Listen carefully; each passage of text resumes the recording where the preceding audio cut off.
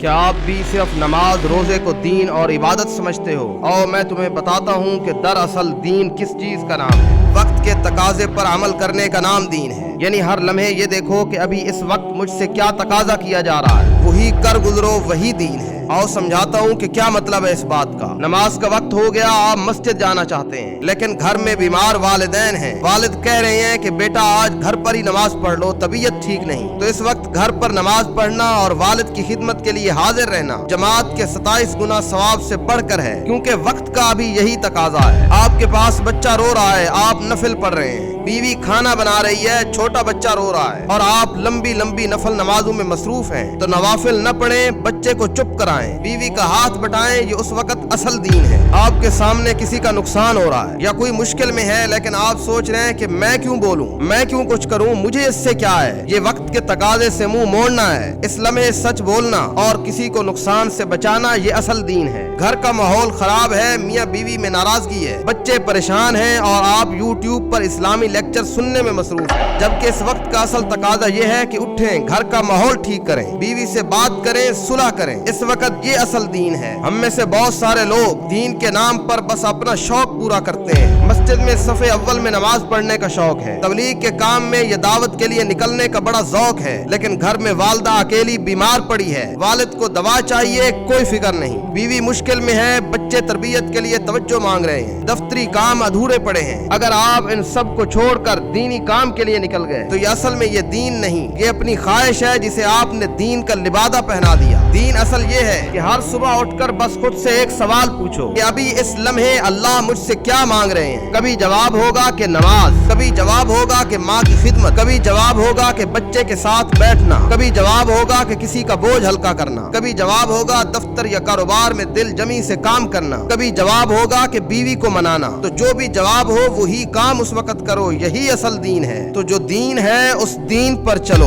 अपनी ख्वाहिशात और अपने शौक को दीन का नाम मत दो।